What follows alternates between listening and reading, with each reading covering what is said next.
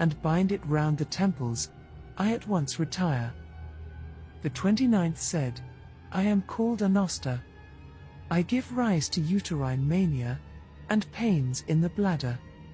If one powders into pure oil 3 seeds of laurel, and smear it on, saying, I exorcise thee, Anosta. Stop, by Marmarat. At once shall I retreat. And the 30th said, I am called Aliborith. If in eating fish, one has swallowed a bone, then he must take a bone from the fish, and cough, and at once I retreat.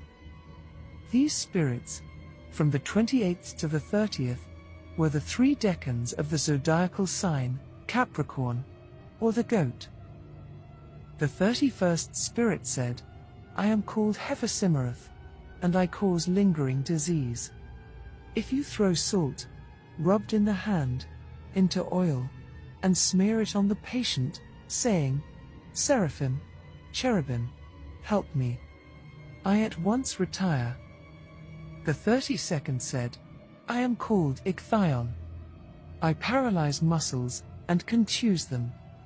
If I hear, Adonith, help me, I at once retire. And the 33rd said, I am called Iconion. I lie among swaddling clothes, and in the precipice.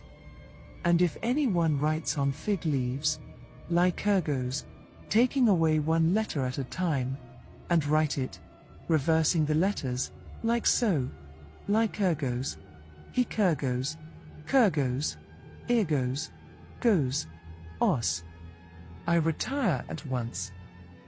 These spirits, from 31st to 33rd, were the 3 decans of the zodiacal sign, Aquarius, or the water-bearer. The 34th spirit said, I am called Autothith. I cause grudges and fighting. Therefore, I am frustrated by Alpha and Omega, if written down. The 35th said, I am called Thanoth. I cast evil eye on every man. Therefore, the suffering eye, if it be drawn, frustrates me. And the 36th said, I am called Byanakith, and I have a grudge against the body. I lay houses to waste, I cause flesh to decay, and all else that is similar. If a man writes on the front door of his house, Melto, Arju, Anath, I flee from that place. These spirits, from the 34th to the 36th, were the 3 decans of the zodiacal sign, Pisces, or the fish. Having heard all of this, Solomon commanded them to fetch water in the temple of God. But they resisted, just as they warned him they would. And Solomon prayed to the Lord God, to cause the demons to be bound, and made to approach the temple. Then he condemned some of them to do the heavy work of the construction of the temple of God, and some of them he shut up in prisons.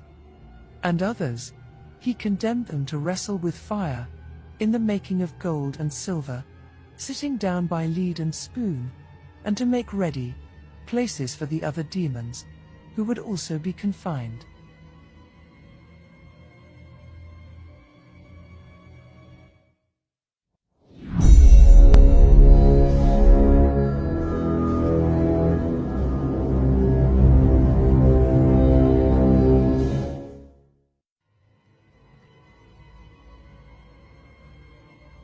After the 36 spirits and the spirits before them had all been bound, Solomon had much quiet in all the earth, and spent his time in profound peace, honored by all men, and by everything under heaven. With the help of the demons, he built the entire temple of the Lord God, and his kingdom was prosperous. His army was with him, and the city and people of Jerusalem had serenity, rejoicing and delighted. All the kings of the earth came to him, from the ends of the earth, to behold the temple which he built. And having heard of the wisdom given to him, they paid homage to him in the temple, bringing gold and silver and precious stones, bringing bronze, iron, lead, and cedar logs. They also brought him woods that do not decay, for the equipment of the temple. Among them also, the Queen of the South, being a witch, came in curiosity, and bowed low before the king.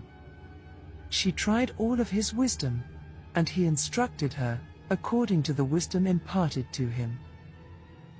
One day, one of his workmen, of ripe old age, threw himself down before his throne, and said, "King Solomon, pity me, because I am old."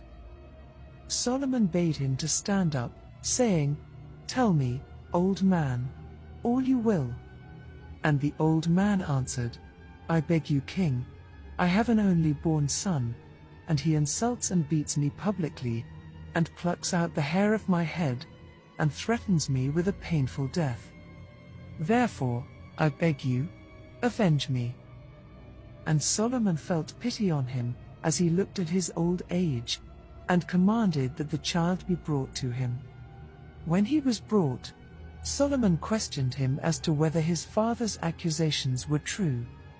And the youth said, "I was never so filled with madness, that I would strike my father with my own hand. Be kind to me, O king, for I would not dare commit such impiety, poor wretch that I am." On hearing this from the youth, and not sure which to believe, Solomon urged the old man to reflect on the matter, and accept his son's apology. However, the old man would not listen, and insisted he would rather let him die. And as the old man would not yield, Solomon was about to pass sentence on the youth, when he saw Ornias the demon, laughing. He was furious at the demon laughing in his presence, and ordered his men to lead the father and son outside for a moment, and bring Ornias forward before his tribunal. When Ornias was brought before him, Solomon said to him, "Accursed one, why did you look at me and laugh?" And the demon answered, "I pray thee, king, it was not because of you I laughed, but because of this ill-fated old man, and the wretched youth, his son. For after 3 days, his son will die untimely, and here stands the old man, desiring to foully make away with him." Solomon said to the demon, "Is what you say true?" And he answered, "It is true, O king." And Solomon bade them to remove the demon, and that they should again bring before him the old man with his son. He told them to make friends with one another, and supplied them with food. Then he told the old man to bring his son to him again, after 3 days. And they saluted him, and went their way. When they had gone, Solomon again had the demon Ornias brought before him, and said to him, "Tell me, how do you know this?"